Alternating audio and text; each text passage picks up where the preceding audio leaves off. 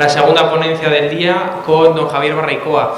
Pero antes de nada, yo creo que es importante, todos habrán visto que el Gobierno quiere ilegalizar la Fundación Nacional Francisco Franco, ¿no?, como consecuencia de ese odio a España y de ese odio a la cruz, porque pocos gobernantes ha habido como Franco que defendiesen España, la llevasen a lo más grande y defendiesen también la cruz, porque cogido la cruz llevó a lo alto a España, porque no hay otra manera, ¿no?, como hemos hablado hoy. Y aquí tenemos entre nosotros a dos personas que son de los que llevan la Fundación Nacional Francisco Franco, el general Coloma y don Emilio de Miguel. Así que yo les voy a pedir a todos que les demos un fuerte aplauso por toda la defensa que llevan a cabo a favor de la Fundación Francisco Franco.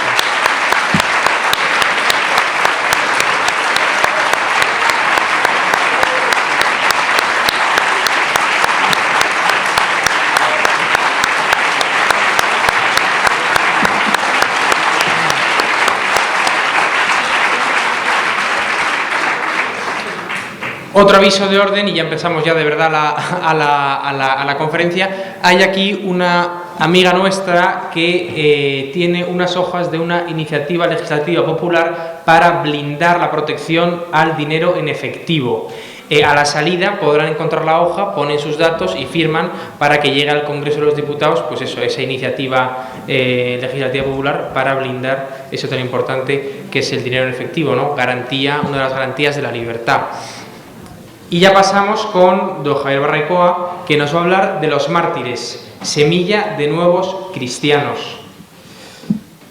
Libros de don Javier recomendamos sobre el poder y protestantismo, historia oculta e impacto en el mundo contemporáneo, que acaba de salir. Este es nuevo y le recomendamos a todos que se hagan con él, lo lean, y además tienen aquí al autor para que se lo dedique, comentarlo, preguntarle y todo lo que quieran. Pero como nos va a hablar de los mártires, pues yo quería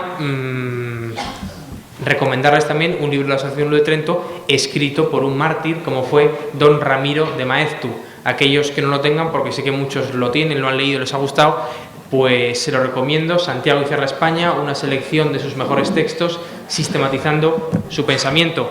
Así que bueno, don Javier ya le conocen, es doctor en filosofía, profesor en el CEU Abad Oliva, carlista, gran persona, gran amigo, y con un fuerte aplauso tiene la palabra.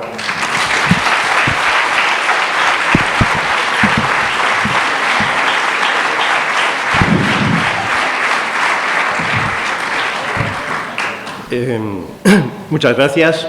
Un privilegio ser invitado nuevamente por Luz de Trento. Un privilegio estar en el Valle de los Caídos, que tanto queremos, tanto amamos, desde Cataluña. Y agradecerles a ustedes que en esta hora tan intempestiva y propia de la siesta, pues estén intentando aquí atender lo que buenamente Dios inspire. El marco de esta jornada era muy audaz o muy atrevido, ¿no? Lo que la Iglesia le debe a España. En primer lugar, porque España le debe todo a la Iglesia, pero evidentemente en lo humano la Iglesia le debe a unas cuantas cosas a España, desde el reino visigodo que conocemos, nuestro, que es de los primeros que se convierte al arrianismo. Hemos de pensar que los visigodos, los ostrogodos, mejor dicho, de Italia, el reino lombardo tardó 2 siglos más en dejar el arrianismo. Nosotros fuimos los primeros, ese sustrato hispano-cristiano que convirtió a los arrianos, godos. España es el único caso que reconquista una tierra al Islam, nunca en la historia donde el Islam ha llegado, ahí se ha quedado y nunca ha podido ser retirado, y España reconquista tierra al Islam. España frena evidentemente al protestantismo, de ahí mi libro, y cuando Carlos V, por una serie de circunstancias, enfrentado a Francisco I de Francia, pues tiene el famoso saqueo de Roma, Clemente VII, el Papa del momento, ya estaba mirando de ir contra España y a ver si se aliaba con Francisco I, que por cierto se estaba aliando con el sultán otomano, y bueno, ahí hubiera sido un desastre si no hubiera sido por España, y hasta tal punto Clemente VII entendió lo que era una verdadera política católica de Carlos V, que decidió no conceder el divorcio a Enrique VIII, de Catalina de Aragón, que era la tía de Carlos V. Ya a Carlos V le cogió mucho respeto. ¿Qué vamos a decir de Trento, ¿no? Donde aquí jesuitas y dominicos ya empezaban a pelearse, pero en Trento el enemigo era el protestantismo y todos a una, y gracias a España y los teólogos españoles, se pudo frenar el protestantismo. ¿Y qué decir del único país que derrotó con las armas al comunismo en nuestra cruzada? Ningún país derrotó fulminantemente al comunismo. Y, evidentemente, en esto va a versar la conferencia algo que también ha hecho España por la Iglesia, que es ofrendar sus mártires. Los mártires, y lo voy a centrar, evidentemente, en los mártires de España. Primero, es evidente que tenemos que hacer unas pequeñas reflexiones, y creo que muy importantes, sobre ese reinaré en España, esa profecía de Jesús al beato Bernardo de Hoyos, que fíjense que es una profecía no condicional. Reinaré en España es incondicional. Voy a reinar España, aunque no queramos nosotros, aunque nos opusiéramos todos los que estamos en esta sala, los más católicos, y los renegáramos, da igual. Cristo va a reinar en España, sí o sí. Es una promesa absolutamente incondicional. En este 350 aniversario de las apariciones del Sagrado Corazón a Santa Margarita María Alacoque, pues conviene reflexionar qué significa ese reinaré de España y qué indicio nos van a dar la contemplación de nuestros mártires en nuestra cruzada sobre ese reinaré en España. El padre Orlandis, un maestro de un maestro, fundador de la revista Cristiandad, en el primer número, el número de prueba, en el año 1943, escribía con respecto a qué significaría ese reinaré en España, y decía: este reino fundamentalmente sobrenatural tendrá también en el cielo su fundamental cumplimiento, pero ¿no es acaso propio esperar, a modo de añadidura, también el reinado de Cristo sobre las naciones y estados de la tierra? ¿Es aventurado esperar su cumplimiento real, efectivo, y esto es lo que llamamos el reinado social de Cristo? Nosotros, ese reinaré de España, lo traducimos como el deseo que se cumpla esa promesa incondicional de que Cristo reinará socialmente en España. De hecho, estaba inspirado en Pío XI, cuando en la Quas Prima se establece la festividad de Cristo Rey, que nos la han cambiado, y ese cambio a mí me sienta muy mal, porque el nuevo ciclo litúrgico la ha puesto al final de todo, como si Cristo fuera a reinar solo ya después de la historia. No, Pío XI, cuando establece la festividad de Cristo Rey, dice: tiene que ser el último domingo de octubre. Qué extraño. ¿Y esto tiene un sentido? ¿Es porque sí, una manía del Papa? No, esto tiene un sentido profundísimo que muy pocas veces hemos meditado, porque ese domingo es el domingo más próximo a 1 de noviembre, que es la festividad de todos los santos, que es la festividad de la Iglesia triunfante. Y luego nos viene el 2 de noviembre, que es la de los fieles difuntos, que es la de la Iglesia purgante. Y la festividad de Cristo Rey es el cántico a la Iglesia militante. Es la idea de que tenemos que celebrar que Cristo va a reinar, realmente va a reinar en nuestra sociedad. Un maestro mío, Francisco Canals, decía una cosa que cuando éramos jóvenes nos sorprendía. Decía: sí, reinaré en España, la promesa a Bernardo de Hoyos. Dice, y nos sorprendía diciendo: Cristo ya ha reinado en España. ¿Cómo que ha reinado? Y decía: sí, ya ha reinado en sus mártires. Los mártires del 36, Cristo ya empezó a reinar en España. Ya esa promesa incondicional de que va a reinar en España ya se ha producido. Y además tenemos un argumento teológico evidentemente clarividente. Apocalipsis 7, cuando aparecen una multitud de mártires vestidos de blanco, con la palma, que han bañado sus vestiduras con la sangre del Cordero y están a los pies del trono porque están reinando con Cristo. Y los mártires son los que exigen a Cristo: cumple esa promesa. Tienes que reinar en el mundo, pero en España especialmente, porque así lo has prometido. Los mártires es el signo evidente de que Cristo ya está reinando y que va a completar ese reinado en lo que nosotros llamamos el reinado social de Cristo y, evidentemente, cuando acabe la historia, pues en el cosmos. Lo que no vale es lo que en algunas homilías ahora, en el último domingo del ciclo ordinario, te dicen, sí, Cristo, Rey del Universo, es muy ecológico, es muy... No, oiga, esto no tiene nada que ver. Vamos a pensar realmente lo que quería el Papa, lo que proponía el Papa, y vamos a pensarlo en clave de teología, profunda teología de la historia. Cristo ha de reinar. Y esa es la festividad de Cristo Rey. Nuestra persecución religiosa del 36 tuvo sus orígenes, evidentemente, en el siglo XIX. Si España, esa España católica, esos sustratos católicos hispano-romanos y después godos convertidos, lucharon contra el arrianismo, luchamos contra el Islam, el maometano, luchamos contra el protestantismo, luchamos contra el comunismo. En el siglo XIX la gran lucha es contra el liberalismo. Y ese siglo ya empieza con un martirio muy significativo, muy acallado, que es Raimundo Strauch, obispo de Vic, que se opone radicalmente al liberalismo, a la masonería. Se hicieron muy famosas sus homilías cuaresmales contra la masonería, escribe una pequeña historia contra la masonería, no se la perdonan y en ese momento crudo, primera advertencia de la revolución contra la Iglesia Católica, que es el trienio liberal, pues con una estrategia lo sacan a pasear y, bueno, lo matan, ¿no? Es el primer mártir. Desde época de los maometanos no había habido un obispo mártir en España. El liberalismo nos va a volver a abrir las puertas del martirio.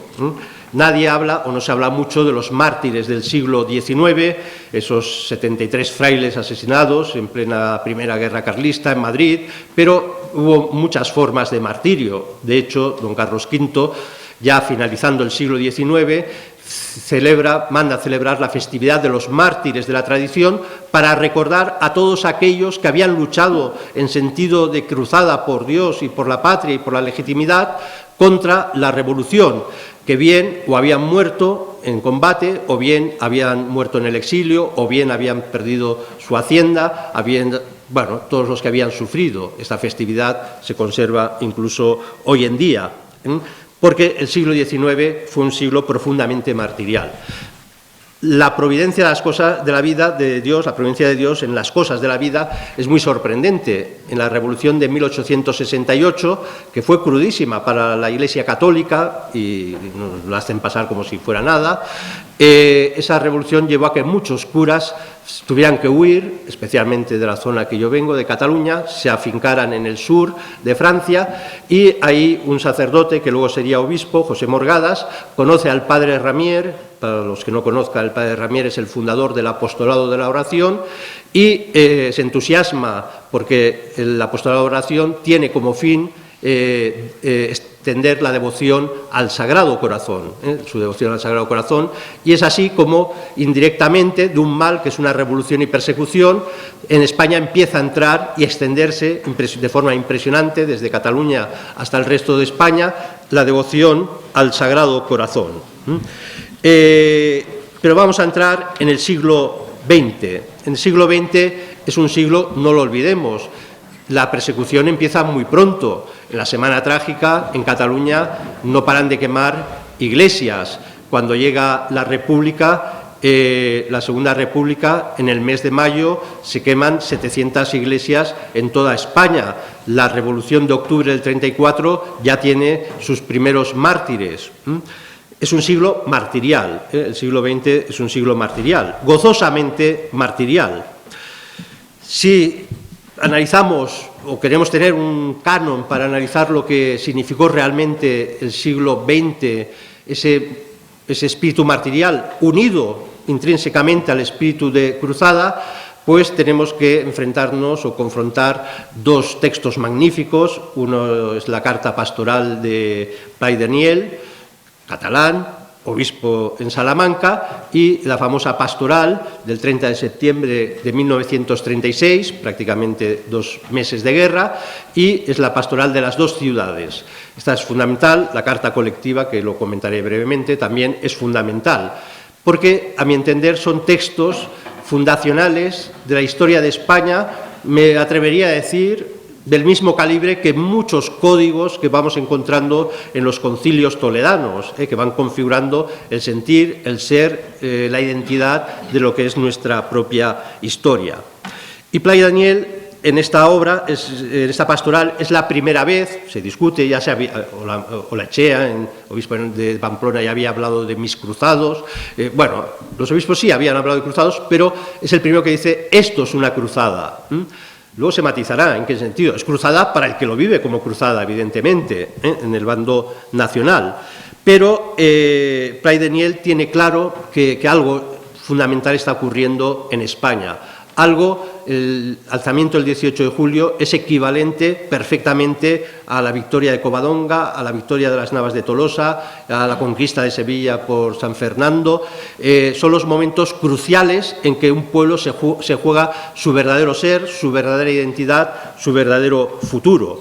Pues eso es lo que manifiesta Pla y Daniel cuando empieza la carta pastoral diciendo: el año 36 señalará épocas como piedra miliar, como piedra angular en la historia de España. Anuncia que el enemigo es el comunismo y el anarquismo, pero no porque son ideologías, sino porque son idolatría propia hasta llegar al desprecio y el odio a Dios, que por cierto, si cogiéramos el magisterio de la Iglesia, veríamos que encaja perfectamente cuando León XIII dice el padre del socialismo, en aquella época no utilizaba el comunismo, el padre del socialismo es el liberalismo. Señores, nuestro enemigo es el liberalismo. Y efectos del liberalismo, ese comunismo y anarquismo que en el siglo XX en nuestra España se manifestó profundísimamente anticatólica, y hace una referencia, como no podía ser menos, a los mártires, ¿no? El martirio es la suprema categoría del amor, es así, por encima del amor paternal, filial, lo que ustedes quieran. El martirio es la suprema categoría del amor. Dar la vida por la confesión de la verdad, de la suprema verdad, que es también el supremo bien. El mártir, dice, se reviste de una gran semejanza con Cristo, víctima y redentor. Y luego, si me permiten, veremos algunos pequeños casos de martirios donde se estaba reproduciendo realmente la pasión de Cristo en esos mártires. De ahí, sigue Pla y Daniel, los grandes privilegios del martirio. Y esto es una cosa que tenemos que tener muy claro. La España martirial, nuestra España martirial, va a tener unos privilegios inimaginables. Y no son los privilegios de que tenemos una sociedad reconciliada en la democracia y la transición. Esto no es el privilegio, esto lo tenemos muy claro. Estamos esperando un privilegio que todavía no se ha cumplido gracias a su sangre. Y hace una alusión a una locución de Pío XI 15 días antes de esta pastoral. En esta locución de Pío XI, que recibe ya españoles, sacerdotes, que han sufrido el martirio, que han visto el martirio, que se han dado cuenta de lo que está pasando en España, pues Pío XI se lanzará una alocución donde se va a situar. Otra cosa también muy importante, Pío XI un poco más tarde condena en la Divini Redentoris el comunismo en general y dedica un párrafo a España. Y dice: no se ha limitado la revolución en España a derribar una u otra iglesia, uno u otro convento, sino que en la medida posible lo ha derruido todo. Los censos nos dicen que en las zonas republicanas se derruyeron más de 20.000 entre iglesias y edificios eclesiásticos. Es lo que se ha llamado el martirio de los templos. Y sigue diciendo Pío XI, en esta encíclica contra el comunismo, que el comunismo ha matado a gran número de todas clases, de intelectuales, obreros, obispos, tal, pero sobre todo hace una referencia a toda clase de seglares. Lo digo esto porque luego haremos una reflexión que muchos beatos son religiosos, ya reconocidos por la Iglesia, pero nos hemos olvidado de esa gran masa martirial de laicos, de muertes martiriales impresionantes, y yo creo que no nos podemos olvidar de ellos y tendremos que integrarlos en nuestra vida espiritual, más que nada para que nos ayuden profundamente. La carta colectiva es muy extensa, algunos aquí la hemos trabajado, la hemos leído, yo la he releído, la he disfrutado, cada vez dices, qué clarividencia. Es verdad que hubo conspiraciones para cambiarla, para no publicarla, para lo que sea, pero el texto está ahí y es un texto absolutamente fundacional y clarividente de la lectura de los tiempos y la lectura del futuro de España. Por un lado, avisa, y luego insistiré, dice, se quejan los obispos españoles en la carta colectiva, publicada en el 37, de esa parte de la prensa católica extranjera, ya diremos, y pondremos nombre y apellidos, a aquellos católicos que decían, ¿qué hacen? No podemos estar con los nacionales, tenemos que estar con la República. Esto ya se queja la carta colectiva. Exige a los obispos que cumplan con su deber. Obispo, dice la carta colectiva, es el primero obligado a defender el buen nombre de su patria, terra patrum. Un obispo no puede decir, yo no entiendo de política, yo no entiendo de... No, usted tiene obligación de amar a su patria, a la terra patrum, y por lo tanto darnos consignas.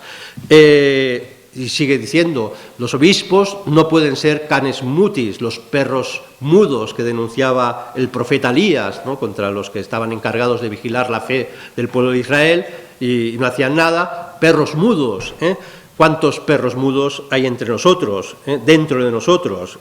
Pues esto, la carta colectiva. La carta colectiva hace una reflexión a Santo Tomás y dice, tenemos que revisar el derecho a la resistencia que ya en su momento planteó Santo Tomás, como luego lo haría Suárez y como lo haría Francisco de Vitoria. Tenemos que reivindicar el derecho legítimo a la resistencia, incluso con las armas, ante un mal evidente y mayúsculo que va a destruir nuestra patria.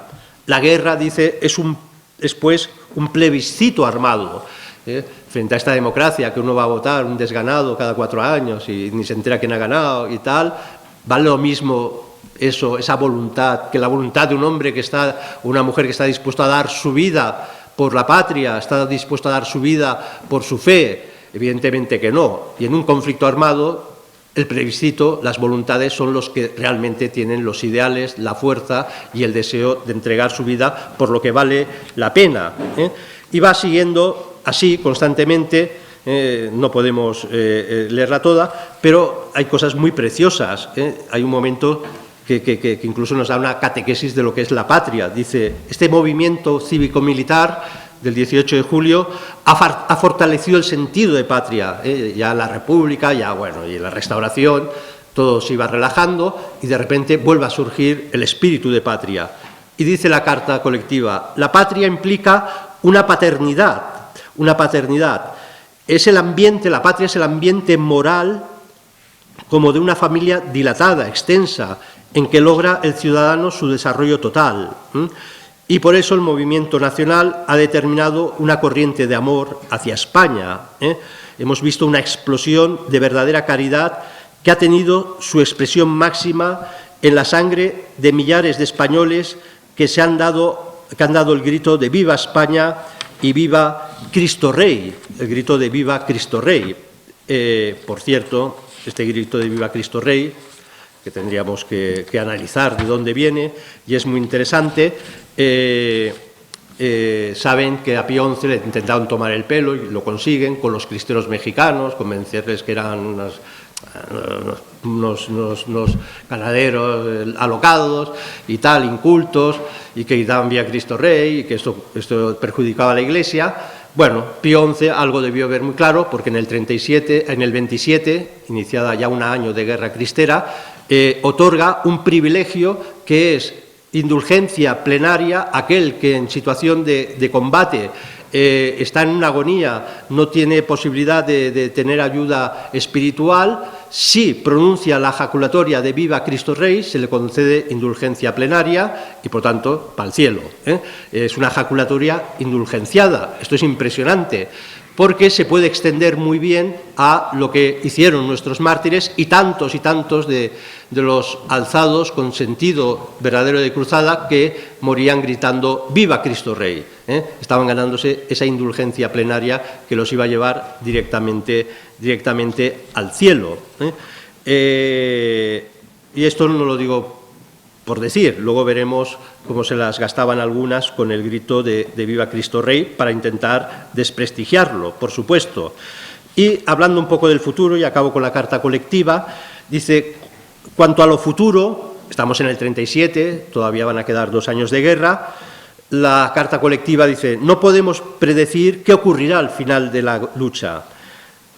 Sí que afirmamos que la guerra no se ha emprendido para levantar un Estado autócrata sobre una nación humillada, sino para que resurja el espíritu nacional con la pujanza y la libertad cristiana de los viejos tiempos. Está haciendo una llamada a recuperar esa España tradicional que se hila con esa España de los visigodos convertidos, con esa España que reconquista el Islam, con esa España que frena el protestantismo, con esa España que se enfrentó al liberalismo, con esa España que está luchando contra el comunismo, y advierte, y los gobernantes que vengan, su responsabilidad ante Dios es mayúscula porque una victoria significa una situación absolutamente propicia para poder restaurar definitivamente España. Ante todo esto aparecen nuestros queridos amigos, los demócratas cristianos, que evidentemente la carta colectiva les salió zarpullidos por todos lados. Y la carta colectiva tuvo muchos enemigos, hubo muchas estrategias muy pérfidas, cuando en el 37 la República reforma el gobierno y mete a Manuel de Irujo Hoyo, que era del PNV, era demócrata cristiano, evidentemente, porque en aquella época ya el PNV había abandonado el integrismo, y ahora era muy moderno, y ya eran demócratas cristianos, y así el gobierno decía, hombre, ¿cómo vamos a perseguir católicos? El gobierno de la República no está persiguiendo católicos, y tenemos aquí un ministro que es católico. Claro, entrar en este juego era muy perverso por parte de uno que se decía cristiano. Pero hay otros más perversos. Sturzo, Luigi Sturzo, que a algunos, si no les suenan, es ese sacerdote que se enfrenta a San Pío X, porque desde época de Pío IX, León XIII y San Pío X, se pide que los católicos no participen en la vida política de Italia, porque Italia es un Estado revolucionario, organizado, la unificación italiana, por los Saboya, que es una dinastía masónica anticatólica, que ha arrebatado al Papa los estados pontificios y ha dejado al papado en una situación absolutamente alegal. Por tanto, los papas insistentemente dijeron, los católicos en Italia no pueden participar de la vida política. En cambio, Sturzo, como empezó a organizar, y le iba muy bien, y organizaba obras sociales y congresos, la obra de los congresos, y todo eso era con la intención de montar un partido que luego sería el Partido Popular Italiano. San Pío X desmonta esta estrategia, desarticula los congresos, y Sturzo espera hábilmente que se muera San Pío X, y entonces monta y funda el Partido Popular Italiano, con la dificultad que gana el fascismo en Italia, entonces tiene que salir corriendo a Londres. Y entonces, bueno, lo que le sonaba facha no lo podía soportar, no lo podía digerir. Sturzo hace una serie de campañas brutales contra la España nacional y, sobre todo, no les voy a leer los textos porque nos alargaríamos mucho, pero tenía la insistencia, los católicos no podemos decir que en España hay una cruzada, no podemos decir que los católicos están haciendo una cruzada. Su obsesión es que no se estaba haciendo una cruzada, con lo cual la conclusión evidente es que se estaba haciendo una cruzada, no sé si me explico, ¿no? Él ya sabía por dónde iban los tiros.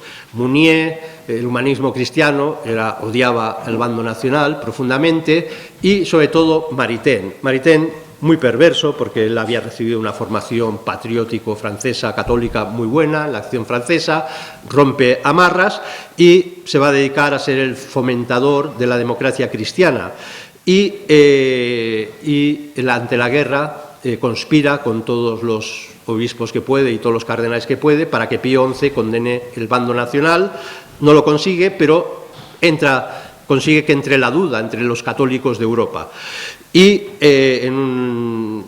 por leer algo de Maritain, en un prólogo a un libro sobre la Guerra Civil Española, está la guerra todavía vigente, dice que es horrible que haya dos bandos y que se maten los dos bandos, una España nacional y otra republicana, es horrible, pero la menos horrible es la República. Fantástico. No se ha notado, señor Maritain, la manipulación. Ya puesto, si todo es horrible, como la menos horrible es la republicana, pues seamos de la España republicana. Y hay un escrito que es absolutamente tremendo, terrible. Dice, bueno, si los nacionales quieren matar en nombre del orden social, de la nación, esto es horrible. Pero, por favor, que no maten en nombre de Cristo Rey. Que Cristo no es un jefe guerrero, por cierto. El Santus que cantamos en la misa está mal traducido. Es Santus Santus Deus Sabaoth, que es el rey de los ejércitos. O sea, ¿cómo que no es rey de los ejércitos? Y tanto que es rey de los ejércitos. Pero Maritain, Jesús no es un jefe guerrero, es un rey del perdón y de la caridad. Bueno, todo esto era para justificar el bando republicano y, sobre todo, ese odio a Cristo Rey. Señor Maritain, no mataban gritando viva Cristo Rey, morían gritando viva Cristo Rey, que es la diferencia. Nuestros mártires morían gritando viva Cristo Rey, o en las trincheras morían gritando viva Cristo Rey, porque era su deseo, era lo que expresaba mejor por qué sacrificaban y por qué daban sus vidas.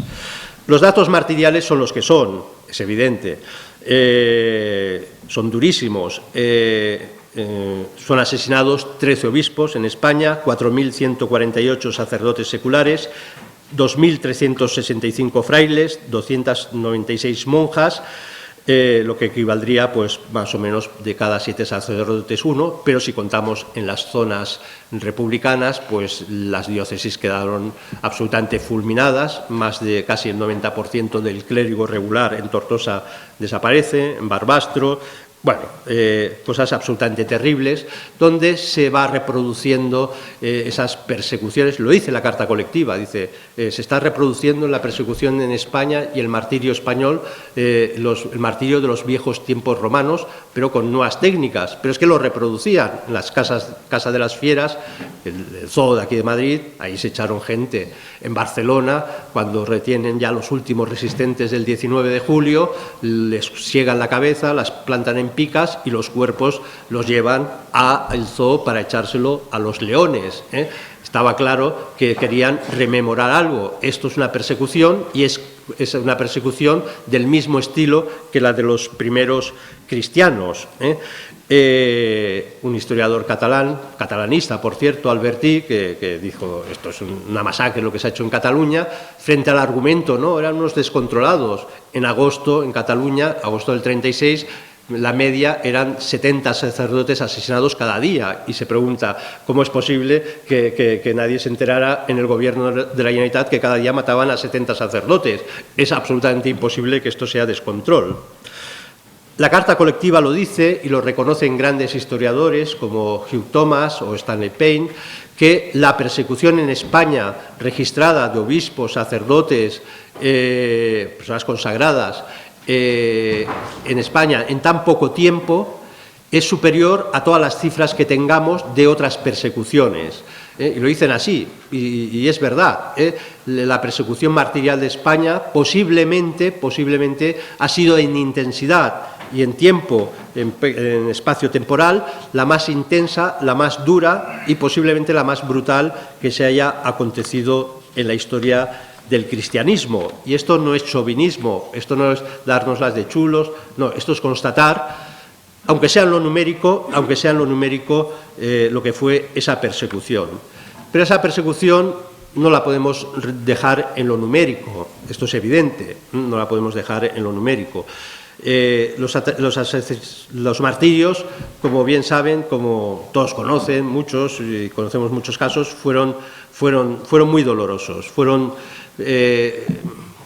incluso fueron satánicos en el pleno sentido de desborde de una violencia injustificada, ¿no? En Asturias, un sacerdote que lo habían descuartizado, lo colocaron en una carnicería y ponían carne de tocino y todo el mundo podía pasar a ver, y eso era un cerdo, porque era un cura, un cerdo descuartizado, etcétera. En una de las peores checas de toda España, que es la checa de San Elías, en Barcelona, asesinan a Polonia Lizárraga, que estaba en Vic, casualmente, en la comarca de Vic, y la atrapan, la llevan a San Elías, y ahí era famosa, era muy dura, esa checa fue durísima, había un gancho donde a la gente la enganchaban, a la gente la cortaban y la serraban, y a esta monja, la pobre superiora de las carmelitas en España, la desnudan, le quieren obligar a que reniegue de la fe, evidentemente no reniega, la cuelgan en un gancho, la sierran viva, y los trozos lo echan a cerdos, ahí había una piara, y los restos humanos se los echaban a cerdos. De hecho, en Cataluña no hemos encontrado cadáveres, cuerpos, porque sabemos que o bien los echaban a unas cementeras, a hornos crematorios, ahí en Montcada y Reixac, o bien lo echaban a piaras de cerdos, como la que había en San Elías. Y luego, la maldad de las maldades es que con esos cerdos los mataban, hacían chorizo, y por los bares de la zona vendían chorizo de monja. Bien, esto evidentemente está implicando que ya no es un problema de odio, de recelo, de política, que los frailes tenían tierras y que tienen mucho dinero. No, aquí hay un odio acérrimo. El padre Bover, en Lérida, Sidamún, al igual que se repitieron muchos martirios muy parecidos a los martirios clásicos que hemos podido leer de jóvenes, ¿no? Ya le desgarraron la piel, lo despellejaron vivo, absolutamente vivo, como San Bartolomé, y luego, evidentemente, lo tirotearon. A muchos los martirizaban replicando la imitación de Cristo. Frailes de Fuenterrabía pues fueron puestos en el tejado de su convento, atados primero en forma de cruz, luego clavados físicamente en forma de cruz, y luego pues lanzándoles granadas y dinamita, y evidentemente matándolos a todos.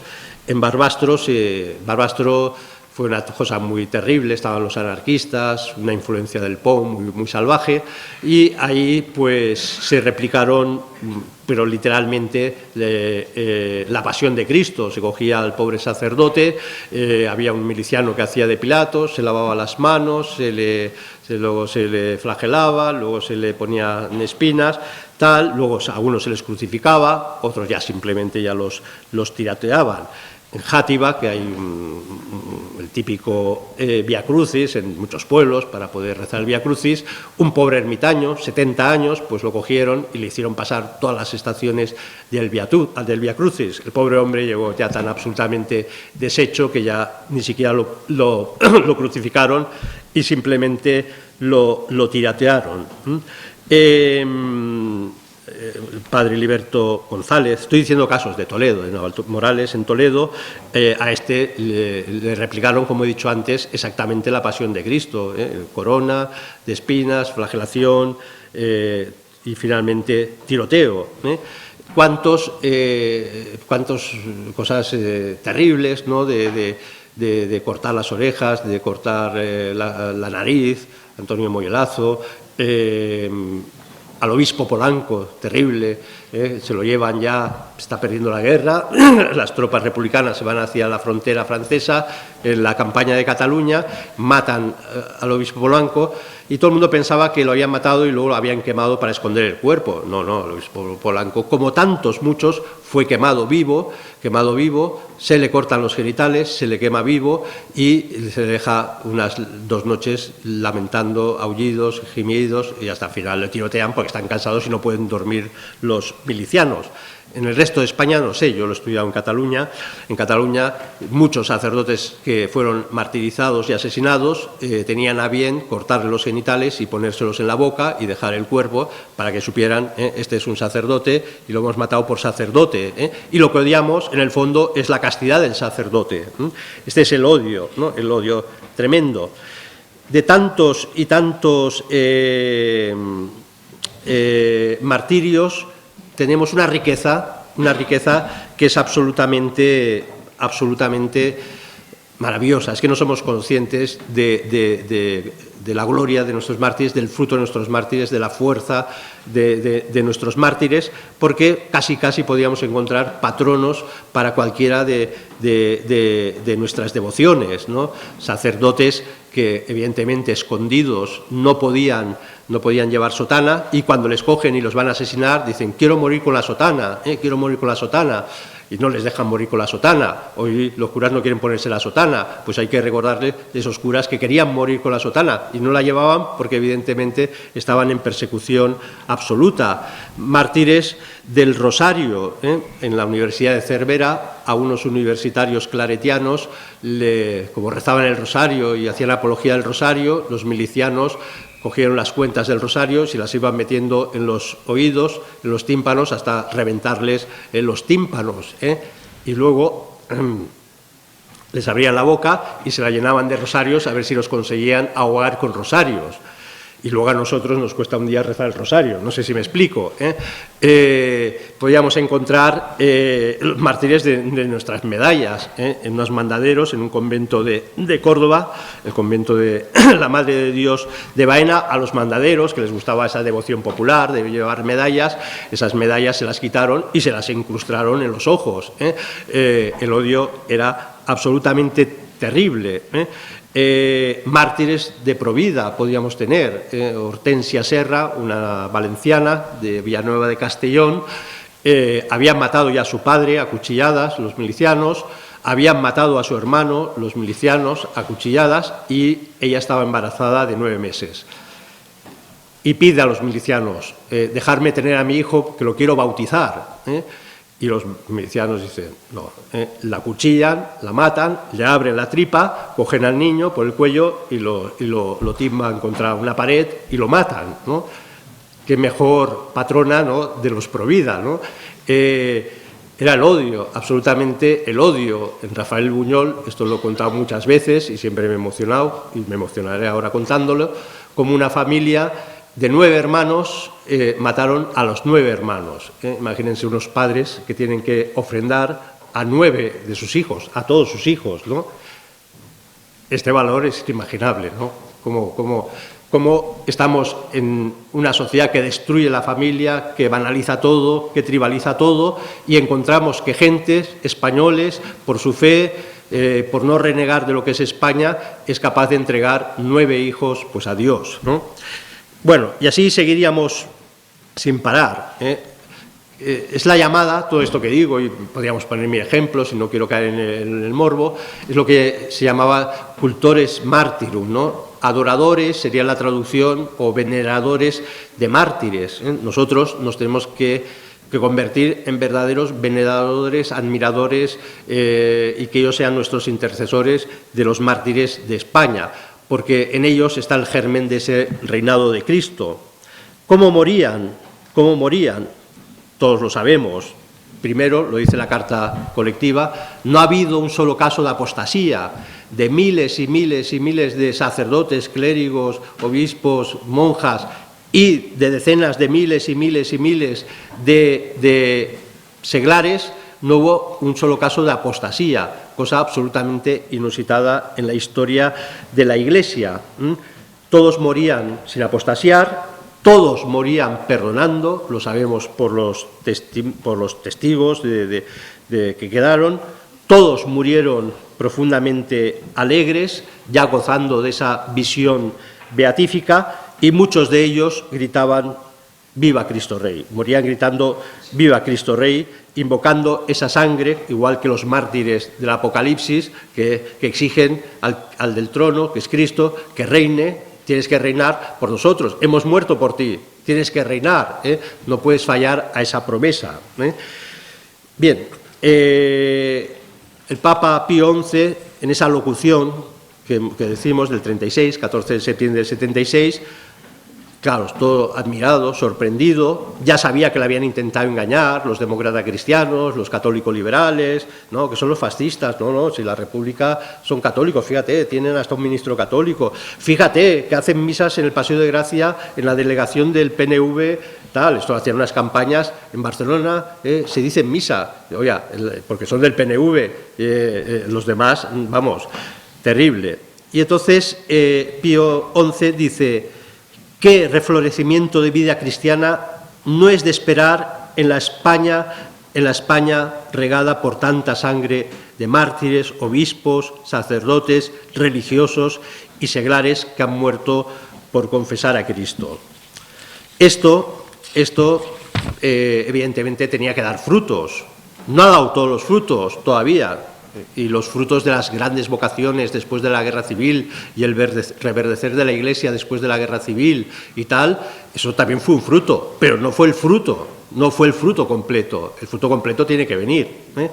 En esos frutos inmediatos hay cosas magníficas, ¿no? Encontramos un artículo en El Diluvio, un periódico republicano anticlerical, lo cuenta un periodista que es de guerra, está en el frente, y a su lado cae herido un miliciano republicano, y entonces el pobre miliciano perdería la visión, no sabría dónde estaba, intuía que iba a morir y le empieza a gritar: me estoy muriendo, quiero rezar el Padre Nuestro, pero no sé el Padre Nuestro, no me acuerdo, se lo habría enseñado su madre, pero no me acuerdo. Y este periodista escribió el artículo, que era ateo y tal, pero se acordaba del Padre Nuestro, pues le fue acompañando y recitando el Padre Nuestro para que este pobre miliciano pudiera salvar su alma. Hemos visto, leído en infinidad de relatos de la guerra, de personajes que estuvieron ahí, me acuerdo perfectamente, súper emocionante, la historia del tercio de Requetés, de Nuestra Señora de Montserrat, como un requeté que ha caído en combate, está en tierra de nadie, está con un miliciano también malherido de muerte, y como los dos abrazados, el requeté le enseña a morir, le enseña pues, el catecismo, le enseña lo que es arrepentirse y le reconcilia con Dios. Esos son los frutos inmediatos. La reconciliación, la verdadera reconciliación, la reconciliación que significa este Valle de los Caídos, que no es la reconciliación que nos quieren hacer creer. No, es que había dos bandos y los dos tenían algo de verdad y los dos... No. La reconciliación es posible porque hay perdón y hay misericordia, pero podemos perdonar porque sabemos lo que se ha hecho y porque previamente exigimos justicia. No hay misericordia si previamente no hay justicia. Y esa es la única y verdadera reconciliación. Y la reconciliación es que reconozcan realmente el mal que se hizo y se arrepientan y se reconcilien con Cristo y que el cielo esté muy por encima de nosotros. Hay un caso tremendo, espeluznante.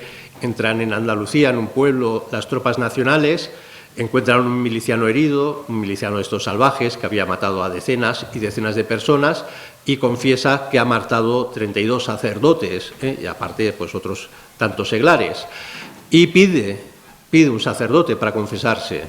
Y va al sacerdote, le confiesa esto, que ha matado tanta gente, ha matado tantos sacerdotes, y además dice, al sacerdote le dice, y yo maté a tu padre y maté a tu hermano. El cura está confesando, y está confesando al que ha matado al padre, el sacerdote, y al hermano. Y este miliciano,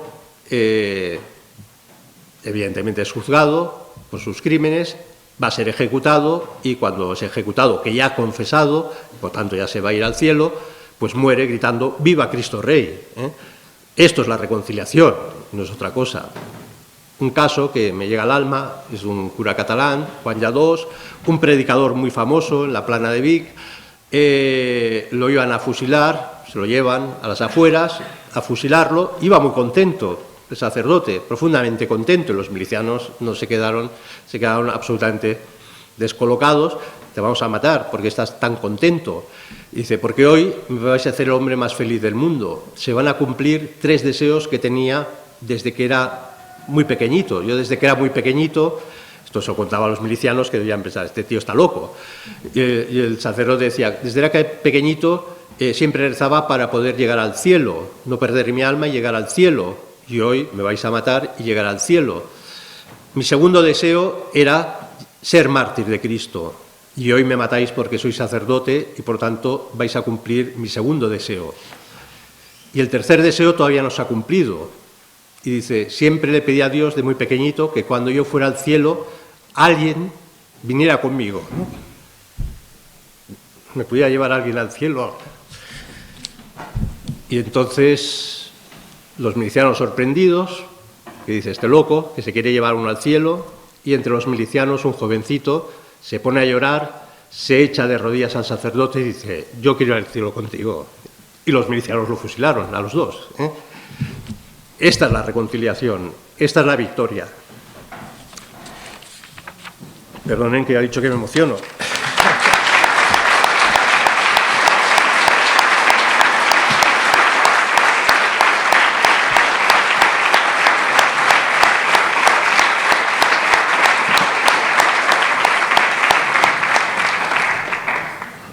Acabo porque es el tiempo y suelo ser puntual. Nosotros estamos esperando esa promesa incondicional de Cristo que reinó en España. Y estamos tan seguros y ciertos porque tenemos los mártires. Esa es la prueba. Esperamos que Cristo reine en la tierra y que ese reinaré en España y ese viva Cristo Rey sean realidades plenas, que ya hemos empezado a gustar en nuestros mártires. Este reinado, no se engañen, vendrá en la historia por nuestros mártires, no porque la socialdemocracia avanza electoralmente, porque ahora el Partido Popular Europeo tiene muchos diputados, no porque tenemos colegios concertados con el Estado, colegios católicos, no porque tenemos universidades de inspiración cristiana, no por los planes de pastorales, no vendrán porque gestionamos muy eficazmente Cáritas, no porque hay documentos de la conferencia episcopal, cada X tiempo muy aburridos, no. Cristo no va a reinar así, no vendrá ese reinado así. El reinado, y acabo, vendrá tras una gran tribulación, y esto no lo ocultemos, vendrá, no sé si lo veremos nosotros, vendrá tras una gran tribulación en la cual nuestro sostén serán nuestros mártires, una tribulación de la Iglesia en cuanto que esposa y cuerpo místico de Cristo, que ha de seguir a Cristo en su pasión, en su muerte y en su resurrección. Esto es lo que creemos, esto lo proclamamos. ¡Viva Cristo Rey! ¡Viva!